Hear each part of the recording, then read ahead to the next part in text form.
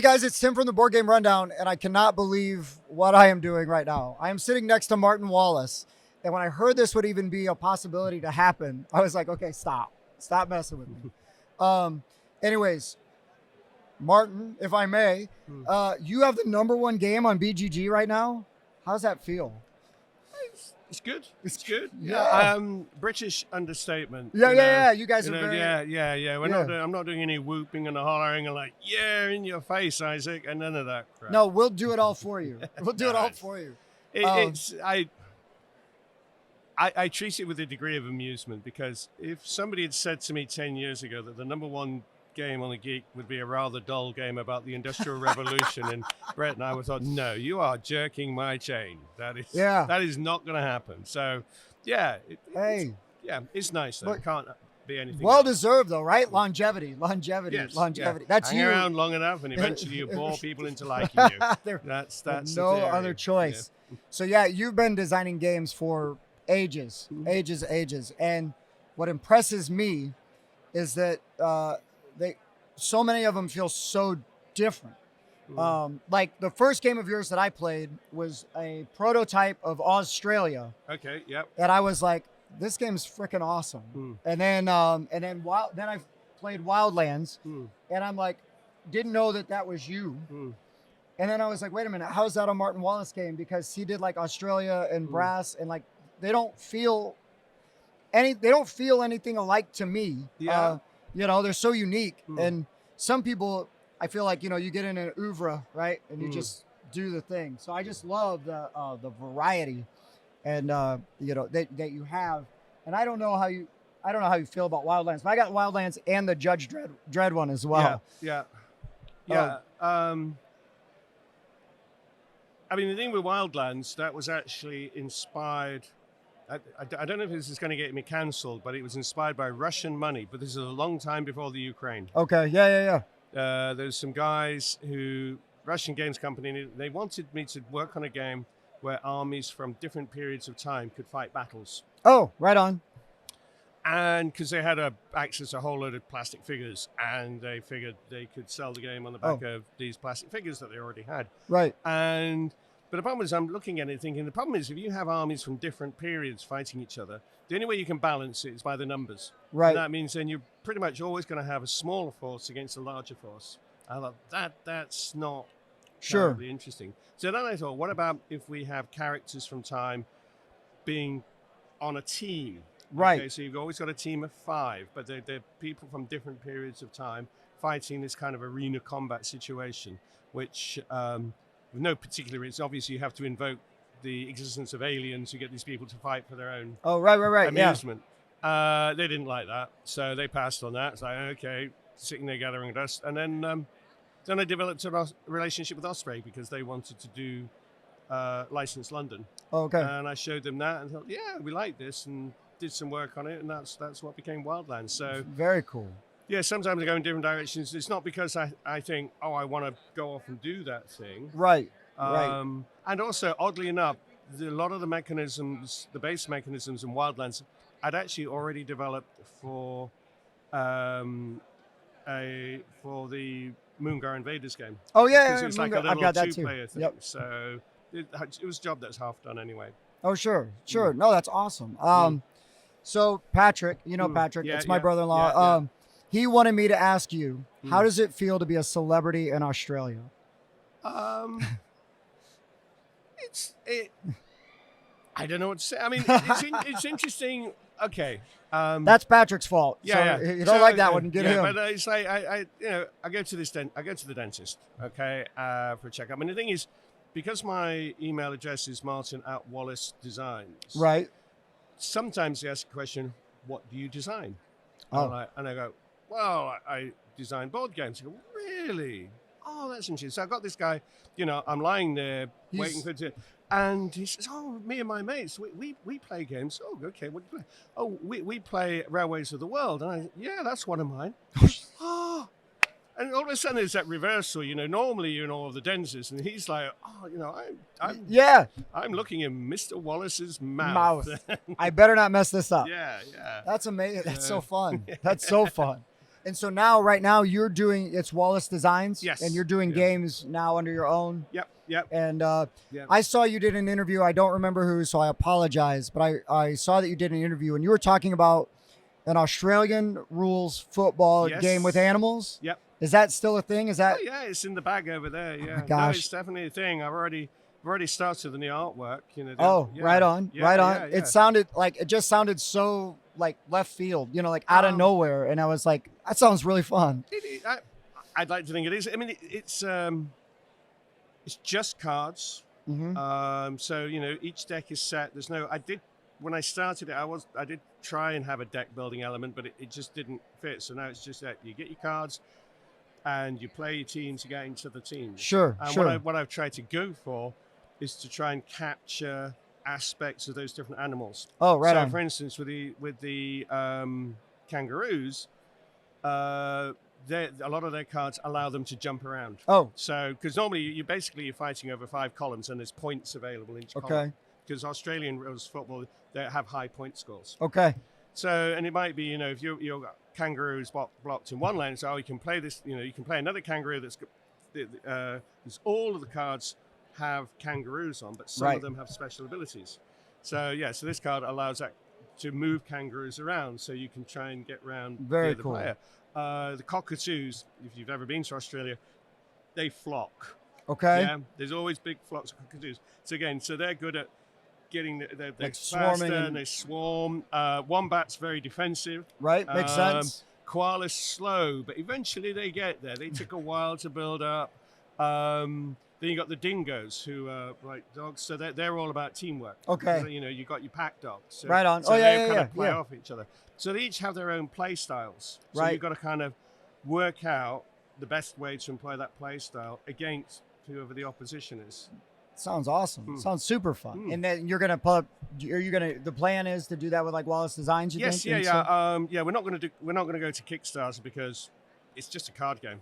There's Yeah. no point. It's going to be cheap to produce. So my plan is initially just to print it for the Australian market. Yes. Because that's part of the inspiration from it, is to see, is the Australian market big enough so that you can do a game just for that market? Well, and I hear all the time about like, Kickstarter shipping all around the world. And it's like, Australia seems like it's really hard to get games into there, right? And It's stuff. the last place to, very often it's the last place to receive games. And when they get there, they're pretty expensive. So, Yeah. So for me, this is a little way of reversing that trend and presenting to the Australian gaming public. Say, right, this time you're going to be the first to get this. That's awesome. And a good price, and a nice. Yeah, you're not overpaying because Yeah. we had to import it, Yeah. blah, blah, Yeah. blah, right? It's all. Yeah, and then see how it does in Australia, and then go either print it for the rest of the world or look at licensing. And I don't know yet. See, Let's just see how where it's sort of- at, right? What kind of legs it has. Yeah, That sounds yeah. so fun, though. What an awesome idea, though, too, and way to kind of support your community now, right? Because Yeah, I mean, yes, that's important to me. It's like trying to do what you can for your gaming public, and now because there are not many game designers in Australia, although it's increasing. It is Good. increasing. Yeah. Good. So there's a few around, and it's like, let's. So do you have a group, like a gaming group, and like at home that they try to break your games? They do Oh stuff yeah. I've got a couple of different groups. There's a couple of clubs I go to, and then I've got my regular crew: Stephen Hearn, Steve Dang, Sasha, who Steve Dang, he's Chinese guy. Okay. Super smart player. He'll break a game in 5 minutes. I love it. So yeah, I've got a good crew of playtesters. And because it surprised me, that there's a lot more gaming that goes on in Australia than you think. Yeah. Well, I mean, I think the hobby's getting so big now, Yeah. right? And it's evolved and changed. I mean, even in the 80s and 90s for you? Yeah. It's like a whole different world now. Oh yes, absolutely. Yeah. So how do you feel about the hobby now versus back, in your early days and working in game stores and stuff like that? Well, it's great because now you can actually make a living from designing games. Right. Yeah, because I think I was having this conversation with somebody the other night. It was like when I first started in the early 90s, it's usually the case that, if you wanted to make a living from it, you either had to do really simple games for the mass market, Sure. or to be lucky enough to win the Spiel des Jahres, Yes. which is basically the route that Alan Moon took. I mean, he won the award twice, and that was enough to set him up, certainly with Ticket Red, to set him up for life. Right. And right. So, but there's no guarantee you're going to win that award. Sure. So it's usually a case of, therefore, normally the sales of games, like with the old Warfrog stuff we did, be lucky to sell 3,000 units. Oh, And sure. That would be it. Yeah. Okay? Yeah. That would be, that was the size of the market That's it. for those kind of games back then. Whereas now, I mean, with the example of Brass, which I think, I don't know, off the top of my head, is probably sold over 200,000 units, That's crazy. which is, for that kind of game, is crazy, because it's not a simple game. Well, it's not mass market, No, right? no. It's not a gateway game even. No, absolutely not. Yeah. But then we also see this with other examples. Wingspan sells a Oh, ton. yeah.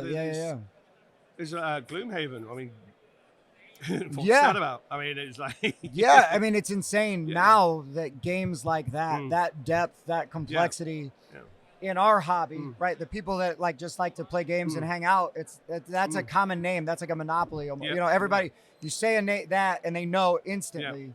Yeah. Everybody's heard of it. Things it's a lot easier for a designer to make a living without having to worry about winning some big award, something. There's also the thing with Kickstarter. I mean, there's positives and negatives. Obviously, there's a lot more games around than there used to be, and obviously some of them aren't as good as they could be if they'd gone through a proper editorial process. Yes. But at the same time, for somebody like me, it allows myself to indulge myself in projects that I otherwise would never be able to do. So it's like last year I put Bloodstones on. I wanted to ask you about Bloodstones. Yeah. Yes, but please continue. Yeah. So I'm gonna have a copy in the bag if you wanted to see it. I'd love to. Yeah. I don't know if it works. It may not.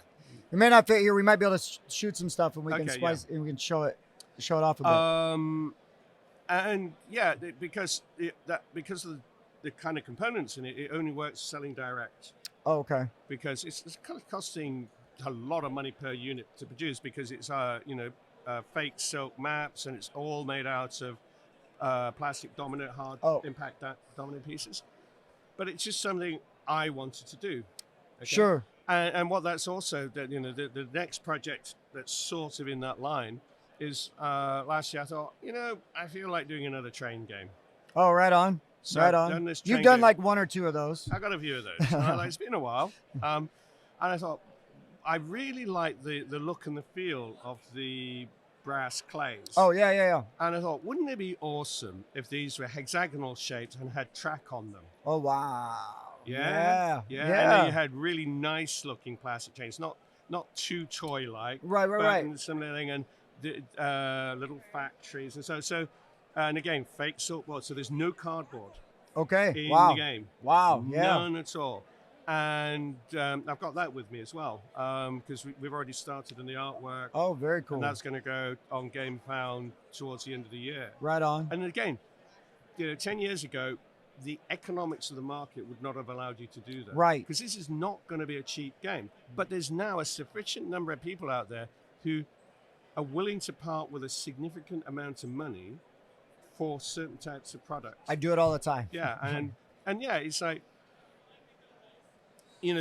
there'll be those people that it's like, I just have to have this game because it looks awesome, it feels awesome, and the game plays really well. Right. But it's not super complex. It's not light, but it's easy to understand game which mixes elements of the track laying from Age of Steam, and then you've got a kind of the little brass-like element where you're having to get cubes to fulfill contracts. Sure. And it works great. It plays up to 5 players, and you can play it with 5 players in under an hour. Oh, wow. Yeah. Wow. Yeah. That's huge. Yeah. Because again, if you're trying to get like people that aren't hardcore gamers, real heavy gamers, if you're like, hey, I can teach you this, and it's only going to take an hour. Yeah. You know, it's Yeah. most people will be like, okay. Yeah, and to my mind, this is no more complex than, say, something like Ticket to Ride. But at the same time, there's no luck in it. Oh, sure. The board's set up is random each time. You like stand these city tiles that tell you what kind of goods can be produced there. So there's no luck in it. It's all about planning. Where do you build your track? When do you all strategy. when do you build where do you build your industries? How the contract, you have these contract tiles you're trying to play, and they give you bonus actions. So Right. it's like, when do you try and play those to get the bonus action? Very cool. And they also want to give you victory points. So there's some tiles that say, okay, if you put this tile down, it'll allow you to build more track, but the victory points on it aren't that high. Okay. Where there are other ones that give you no bonus action, but the victory points are high. So it's like, if you do too many of the cheaper, low VP ones, because the number of contract tiles determines the end of the game, yes, you can get more done, but you may end up losing to the person who's done a lower number of victory point tiles, but they're higher quality. value. Better. So having silk maps means we can get 5 maps in the box. Oh, because they're thin and lightweight. Yeah. Which I say, and when I show you, because I'll show you Bloodstones, because Bloodstones, it's got these silk maps, and it's like they fold up, they don't wrinkle. Right. And so you imagine getting 5 maps in a normal box. I mean, and this is just slightly bigger, it's slightly deep, the same frontage, but slightly deeper than an Australia box. Sure. So yeah, I'm pretty excited about that. That sounds awesome. Yeah. I'm just, I love hearing all the ideas and everything that's coming down the pipe, because, it's like, well, this will lead into a question. So I asked, like, I reached out to our Discord and I was like asking people, like, hey, I'm actually going to get to talk to Martin Wallace. If you could ask him a question, what would you ask him? And so we've got friends that are designers, and stuff, and one person asked, and I thought this was really good, especially with somebody with your longevity, is, have you ever felt like quitting? And he said, also, thank you for not. I think I kind of know the answer, but like, is you hit like parts where you're just like, why, or I can't do this? Or you still just always have the fire in you? And well, I have to pay the mortgage. Yes. It's just, I love it. reality. Yeah. But there's thing is, when you get to a certain point in your career, it's what I call the meta game. That yes, there is just the joy of designing a game in itself, well, which is mostly enjoyable, but there are hard bits, but it's still something that when you complete it gives you a buzz. But then there's also looking at the market and saying, where are the gaps? Where are the niches? Where are the places you can go? How am I different? Yeah. What is this different? And so there's another thing I got with game I got me, which is going on Kickstarter in a week's time, July the 1st.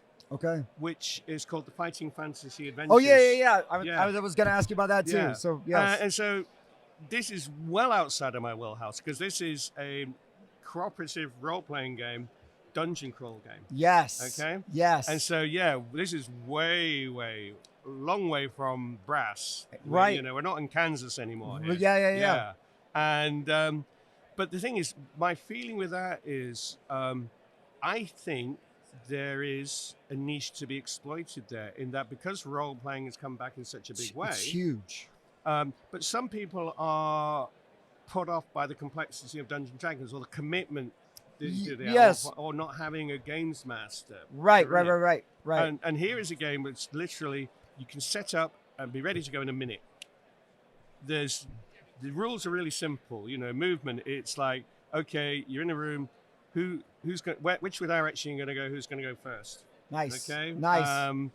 Because who goes first? It's like if you, because there are little clues on the thing. So that's like on the introductory adventure, it says, there's a smell of sulfur this way. It's like the old choose your own adventure kind of stuff, right? And it might be, if the scout goes first, there was a trap. But if the scout goes first, they disarm the trap. So there's no dice thrown to check for it. If you choose the right person to go first, then you solve that. A combat system, roll 2d6, add your skill, compare it to the enemy. Very straightforward. And the difference is the amount of damage you do. Okay. Because this is all taken, it's adapted from the Fighting Fantasy books, which are these choose your own adventures that Ian Livingstone and Steve Jackson did. back in the 80s. Oh, nice. So yeah, you can play this game. I mean, we played the introductory adventure, and it took about an hour. So you've got an hour to an hour and a half where you're creating this map, so it feels like you're in a dungeon. Yeah. And you're having to decide, who's going to go first or which box and go over. It's like, the typical thing, you come across a stone on a plinth and it says, do not move. Oh, right. And, that can lead to a 10-minute discussion on, do we move the rock? Right. Because that's what role-playing is for me. Oh, It's this group discussion, Yeah, some idiot wants to move the rock, somebody doesn't, Yeah. and then it turns out somebody's very wrong, but you don't know it until you know. And there's also, what I also tried to do in the game is, rather than saying to people, okay, this is a situation, you can do A, B, and C, because very often you can look at it and go, yeah, B's the best thing to do. So what I've done is set it up so it will say, okay, this is the situation. You as a group decide what you want to do. Sure. Then you flip the card and it goes, if you did something like A, then this happens. If you did something like B, then this happens. So it allows players to feel that they're being creative. Sure. Oh, yeah. Rather than railroaded. It's not just, Yeah, it's not just, on tracks, I'm just going to pick the best thing. And so, for me, that I'm hoping will go well, because it's infinitely expandable. Right. And this is, the nature of the market is, one-off games don't, a one-off game, you do it, you sell so many, and then it dies. Right. Where here, this is a system where I can keep putting games into the pipeline, but I can also open it up to other aspiring designers and say, right, okay, here's the system, and here's some artwork on the internet. Yeah. You can do, so there'll be dungeon plans and creatures, like, go make your own stories. Right. Right. The thing again, with technological changes now, you can just go to Game Crafter and just print off your own game. You can. Yep. And you can submit your game to our company, and if it's good enough, say, we'll print that game, print that adventure, and you'll get royalties. Yeah.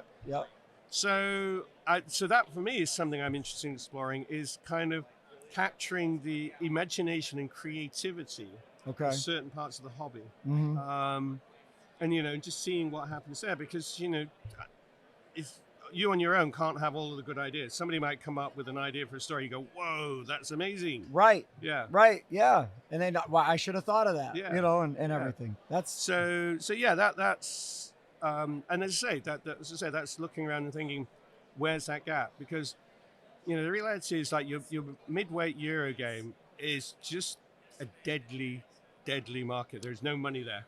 Yeah. Because there are so many around. Yes. They don't do well on Kickstarter. They just get lost in the crowd of other. It's either got to have something crazy, unique about it, which is really hard to do. Yeah. Or you're in the pack with everybody else. Right? And that's. I mean, I try where possible not to follow trends. So Sure. It's like, I've never done a roll and write. Oh, right. So right. I have no intention of doing. So we're not getting a roll and write brass. No, You've heard it here it's first. It's not happening. Not happening. Because the thing is, that's not where the money. The first games in that market are the ones that make the money. Sure. So there is no point in chasing after those games with trying to be like them. You have to find your own direction, and you don't know if it's going to succeed, because you're doing something that hasn't been done before. Sure. And so the odds are you'll fail, but the payoff is, if you don't fail, the payoff's way bigger, because you are the first to go in that direction. Yeah, I mean, that's the way to be, right? Because yep. then now you're that. Yes. And then everybody else is now following you. They're following you. Everybody's following you. Yeah. So when you design, or when you're sitting down and you're like coming up with games, do you like theme first, or do you do mechanics first? Do you like theme first? Nearly always theme. Yeah, Once in a while, it's the other way around. I have to say, with Bloodstones, bizarrely enough, that wasn't so much of mechanics first, but it was more a case of, I wanted to do the anti-fantasy flight game. Oh, sure. Which is, because for me, I remember, it's going back a while, when I was at my games club back in the UK, I'd see somebody getting the latest fantasy, I think it was World of Warcraft game. Yeah. And it was just stacked full of different bits. There's plastic figures, there's different dice, there's dials, there's different sized cards. It's just so much stuff. These cards, chits. And I'm thinking, there's got to be a better way. Right. So that made me think, I want to do a game where there's just one type of component. Okay. So that was a design restriction. And it just so happened that fantasy setting was the best way to go with that to allow for these different factions. But that was one of the few times where it wasn't themed first. That was more a case of a design challenge to do something with a very simple component set, but still has a degree of depth. That's fun. But yeah, normally it's like I'm working on a set of Civilization games. So I've just licensed one. The first, it's going to be in 3 parts. I've just licensed the first part to a games company. So I can't really say more about that. No, that's fine. But with those games, yeah, I do the reading. So I've done the first and second part. I've got the third part, which is kind of like the medieval period. And I've got so many books on medieval history at the moment with that I go through. And then, because that's, you're trying to research something to get to the point that you've got a good understanding of it. And then what you want to do is draw out the essential elements of that period. Right. It's like something I say to aspiring game designers. You want to be very clear about the story you want to tell. So if you're going to do if you're going to do a theme, try and understand the story that's being told there. Makes sense. Yeah. There's another example of that. I was working on a friend with Australia. My friend Amanda Milne, who did a really good job on the Kickstarter, and I'm thinking, I really must do something else with Mandy because we work together really well, and she's great at what she does. And Mandy had this idea for a game about rock music because she loves music. Okay. So I'm like, music games don't sell very well, and kind of dismissed it.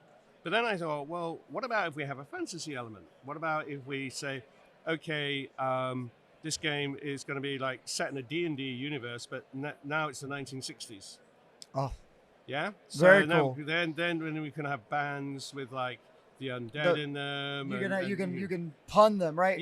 Slide it over, add add a little bit. Yeah. I'm getting all the references and everything. Now the first version I did, I didn't do any research. I just did this kind of tongue-in-cheek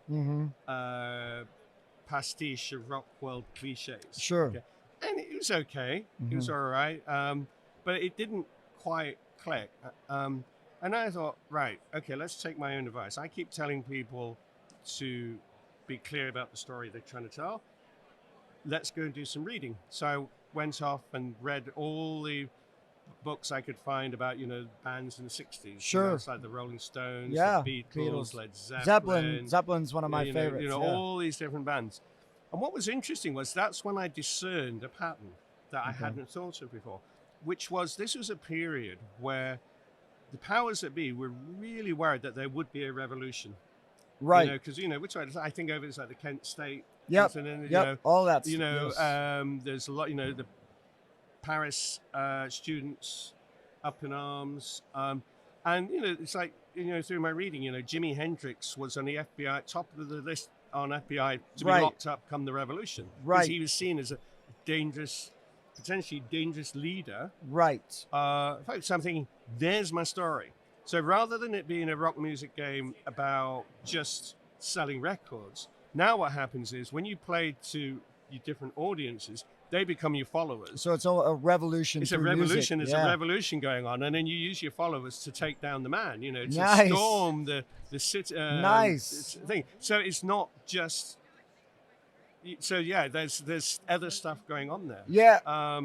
I would have played it if you were like, well, you're a rock band like The Who or Zeppelin, and you just wreck hotel rooms and you're trying to find places you could still stay. That sounds way better. But it also means I have extra elements in it. It's like there's it's not a deep game, I have to say. It's a game you play for fun. Doesn't have to be. Yeah, it's a game you play for fun because I thought, for this theme, you don't want super complex rules because it's all about the experience. So I've kept it as simple as possible.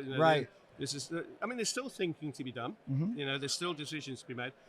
But there's a lot of events because that's what adds story and makes things happen and keep you on your feet. So it's like one of the elements is to what degree do the authorities, the powers that be, have a file on you? Okay, and at the beginning they don't know much about you, but the more stuff you do that's revolutionary in nature, the further you go up. So which does mean you can end up in jail. Nice. It's a lot of fun. So at the moment, Mandy, we've managed to secure the services of the esteemed German artist Franz Vohwinkel.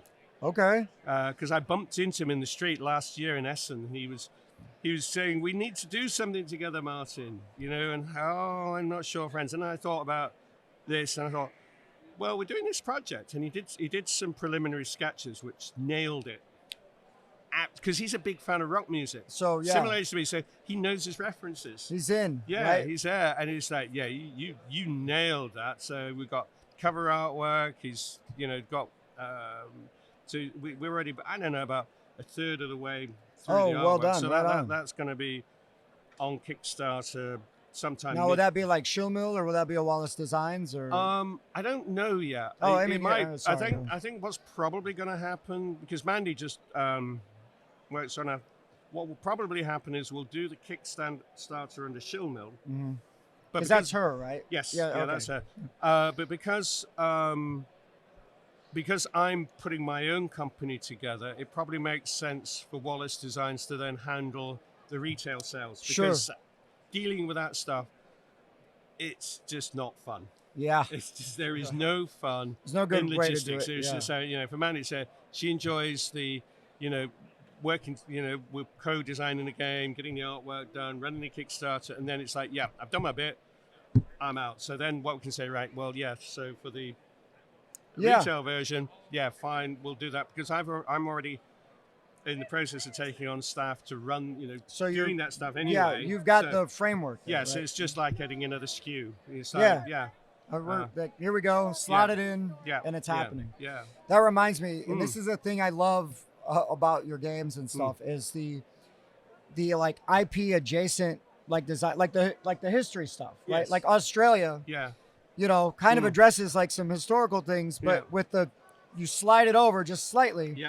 And now it's fantastical, Yeah. you know what I mean? And you can, really kind of still tell, if somebody wanted to dig in, you could see some of the story and the history there, with some games like that. So I just think it's very, like Nanty Narking. I enjoy Nanty Narking quite a bit. And I just really love, it's like, I see what's going on here. Like, I see what this represents. I just think that's really cool. And so you talking about the music one, and then just like slide it over, and now it's fantasy. Yes. Well, it's also one of the things I want to do with the game, because I've done like the Discworld books. Yeah. Oh yeah. Of course. And one of the key themes in the Discworld book is a lot of the stories revolve around how an outside group become accepted within the city. Okay. So it's all about recognizing the existence of other groups. Right. And as you're aware, in our modern gaming society, we are going through issues like that. The representation of different sexualities, different groups, ethnicities, and so I want this game is designed with that in mind, in the sense that in the old D&D world, you see a goblin, you kill it. That's it. And this is like you try and keep it happy by playing it loud, heavily drum music, because they're now your audience. Right. So it's like, yeah, okay, in the past we might have fought, but now we're all together. But it also means, and you can represent these creatures not as monsters, but just as people. Just other people like hanging out. Yeah, and then you can have people. It's like, so, I'm very keen on making sure that we represent these different things, so it's not just all scary monsters. It's, it's trolls who like to wear makeup. Brilliant. And, have pink hair. And so I deliberately, for instance, the backstory, there's the evil king is King Richard. Not based on Nick. Yeah, his father's called Nicholas. So, Richard's Nick's son. And he's paranoid. I love it. So he's building an army of robots to control the city. So the bad guys are robots. And I know at some point with AI, they will also have rights. But at the moment, it's We're still to kick We're still robots. good. We're Yes, okay we to get kick them. their asses. So, but I just love this idea that, you're not within the game. There is no interplayer conflict. You're all trying to achieve the same goal. It's just the winners determine who does the best. And it can just be played cooperatively. You don't have to. You can all just try to take down the man. You can all just take down the man, because you're still having fun, because, you go to gigs, you try and make sure you play that gig right, because different groups like different types of music. So the halflings, they just like nice simple tunes. Mhm.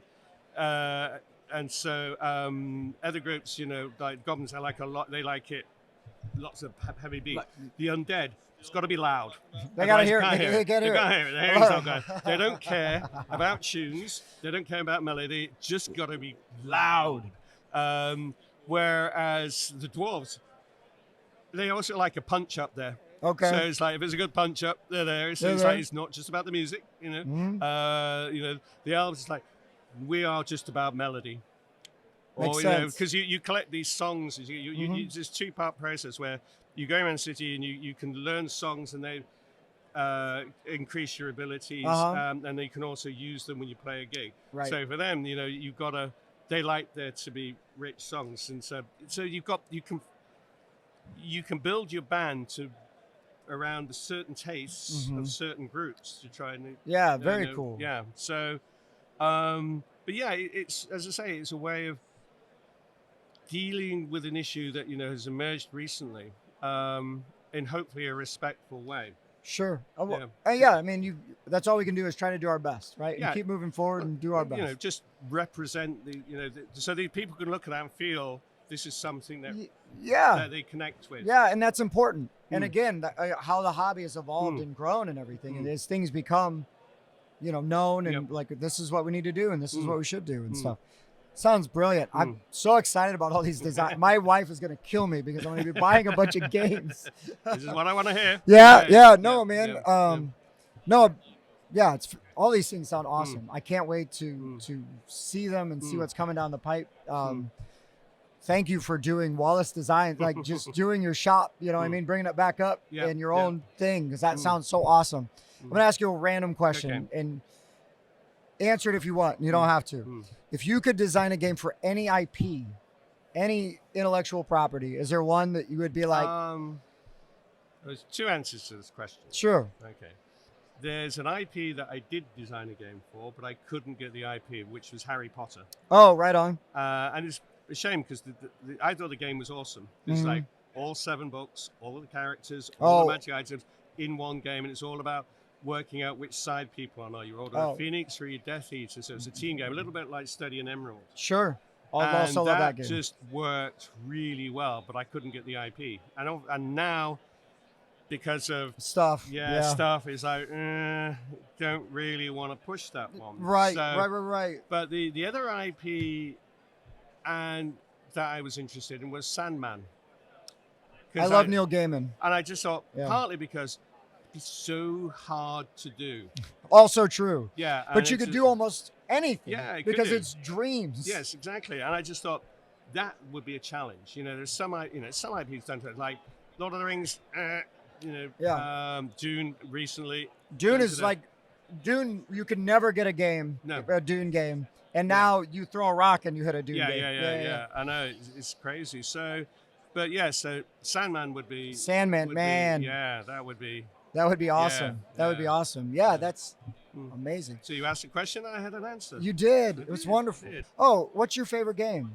Like your favorite game? At the moment, I'm really, bizarrely enough, I am actually enjoying Dune Imperium. Oh, with the first we just expansion. talked about Dune. Yeah. Rise of Ix. Is that? Rise of Ix. Yeah, not the second expansion. Didn't like the second expansion, but okay. I didn't like it at first, but it's kind of grown on me, and it's not terribly thematic. But I think it's because I like the way the deck building works in it, where you've got the cards have got multiple uses. Yeah, the multi-use cards, and there's such a range of different powers. It's kind of fun trying to build those combos. Do the different things. Yeah. So, and it's not, that asymmetry between the different houses is interesting. So at the moment that would be that's your go-to right now. That's my go-to at the moment. So you talked a lot of I won't keep it. I thought of one more question. You talked a lot about doing like shorter, I say hour and a half, 2 hour games. Do you have anything that you're gonna ever do?